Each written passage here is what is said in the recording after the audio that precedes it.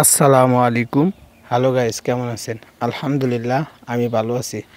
একটা শর্ট ফিল্মের কাহিনী বর্তমান বাস্তবের সাথে কিছুটা মিল আছে, এজন্য আমি এই ভিডিওটা নিয়ে কথা বলতে চাইতেছি। তো চলুন আমরা ভিডিওটা দেখতে থাকি।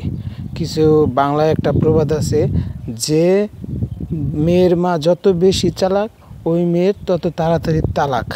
তো এই আপুটার, এই বোনটার কথা শুনলে আপনারা বুঝতে পারবেন বর্তমান সমাজ কিভাবে চলতেছে। খালা, ওর লগে আমি আর সংসার করুম না, আর আমি তালাক দিয়ে দিব।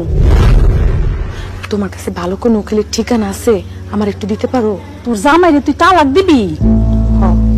শোন, উত্তরপাড়ার রেশমি আছে না, রেশমির কাছে যা। কেন রেশমির কাছে যাবো কেন? আর তোমার কাছে চাইলাম আমি একটা উকিলের ঠিকানা, তুমি কও রেশমির কাছে যাইতে। রেশমি ওর জামাইরে 1 বছর হয়েছে তালাক দিছে। তুই ওর কাছে গেলে সব জানতে পারবি। ওর কাছ থেকে যা, জামা যা, ওর কাছে গেলে সব জানতে পারবি।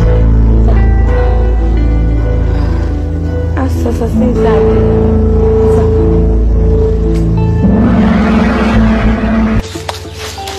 কি রে রেশমি,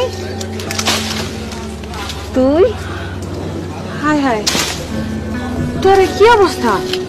গালের মধ্যে এটা কি হয়েছে তোর? আরে কিছু না, কাম করতে গিয়ে খোঁচা লাগছিল, সেরে যাবে। তুই এদিকে কি লেগা, কোনো কামে আইসোস? না, আইলাম আর কি তোর একটু দেখতে।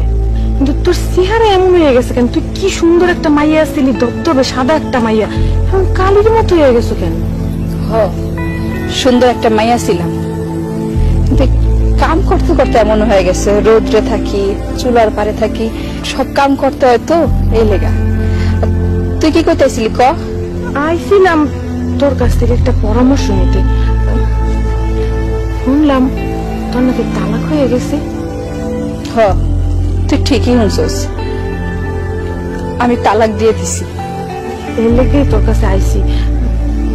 আমি না আমার স্বামীকে তালাক দিয়ে দেব, তোর কাছে আইলাম। তুই আমার একটা উকিলের ঠিকানা দিতে পারো? তুই যারে দিয়ে কাজটা করাইছো ওই উকিলের ঠিকানা দিলে হইব। কি খোঁজ তুই?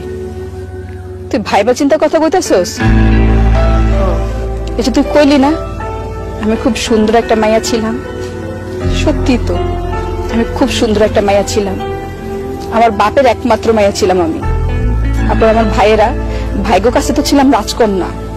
ভাইয়েরা আমার কোনো কথা মাটিতে ফেলতে দেয়নি। আমি যা কইতাম তাই আমার ভাইয়েরা শুনতো। বিয়ের পর আমি শ্বশুরবাড়িতে গিয়েও রাজরানী হয়েছিলাম। ছোটখাটো বিষয় নিয়ে জামাইয়ের উপর খুব চিল্লাচিল্লি করতাম, ও সব সহ্য করতো, কখন কিছু কইতো না পারে। কিন্তু আস্তে আস্তে ওই ঝগড়া আমাকে অনেক বাড়তে থাকে। ওর দোষ না থাকলেও আমি ওর উপর অনেক বেশি চিল্লাচিল্লি করতাম, অনেক বেশি বাড়াবাড়ি করতাম। একটা সময় সবাই আমার কইলো যে চলে আয়, আমরা আসি তো। আমার পরিবারই আমার কত কইছে যে আমরা থাকতে তোর কোনো সমস্যা হইব না, আমার কাছে তুই রাজকন্যার মতো থাকবি। আমি ওই জিদের বসে ডিভোর্স দিয়ে দিছি জামাইরে। ডিভোর্সটা আমি দিয়ে দিছি, ওর না কিচ্ছু হয় নাই, খুব ভালো আছে। কিন্তু আমি আমাকে নিজের বাড়ির কাজের মাইয়া হয়ে গেছি। আমি যদি ঠিকঠাক কাজ না করি তাহলে ভাবি আমার ঠিক মতো 2 বেলা খাইতে উঠায় না। একটু 19 থেকে 20 হইলে ভুল করলে মাঝে মাঝে গায়ে হাত তুলে মারতে আহে। ভাইয়ের কাছে উল্টা পাল্টা বিচার দেয়। আমার ভাইয়েরা এখন আমার কথা শুনাইতে ছাড়ে না। বাপমার কথা তো বাদই দিলাম। শোন, আমি যে ভুলটা করছি ওই ভুলটা তুই করিস না। সবাই তোরে কইবো যে তোর পাশে আছে, তোর সাথে আছে, তোর ভরসা দিব, কিন্তু কেউ তোর জীবনের দায়িত্ব নিব না। তোর জীবন সুন্দর করার, তোর জীবনের দায়িত্ব শুধুমাত্র তোর। কোনো ভুল বোঝাবুঝি হইলে, ছোটখাটো বিষয় যদি ঝগড়া থাকে, মানায় নিস। আমার মতো ভুল জীবনও করিস না বলি। বাকিটা হচ্ছে তোর ইচ্ছা, তুই ডিভোর্স দিবি নাকি ভুলগুলো শুধরাইয়া নিয়ে ওখানে রানী হয়ে থাকবি। তাইলে তুই যা। আমি এই কামটি যদি তাড়াতাড়ি শেষ না করি তাহলে ভাবে এসে অনেক কথা শোনাবে। আর যদি হেতু লাগে গল্প করতে আসছি তাইলে এমন হচ্ছে মারতেও পারে। তুই যা।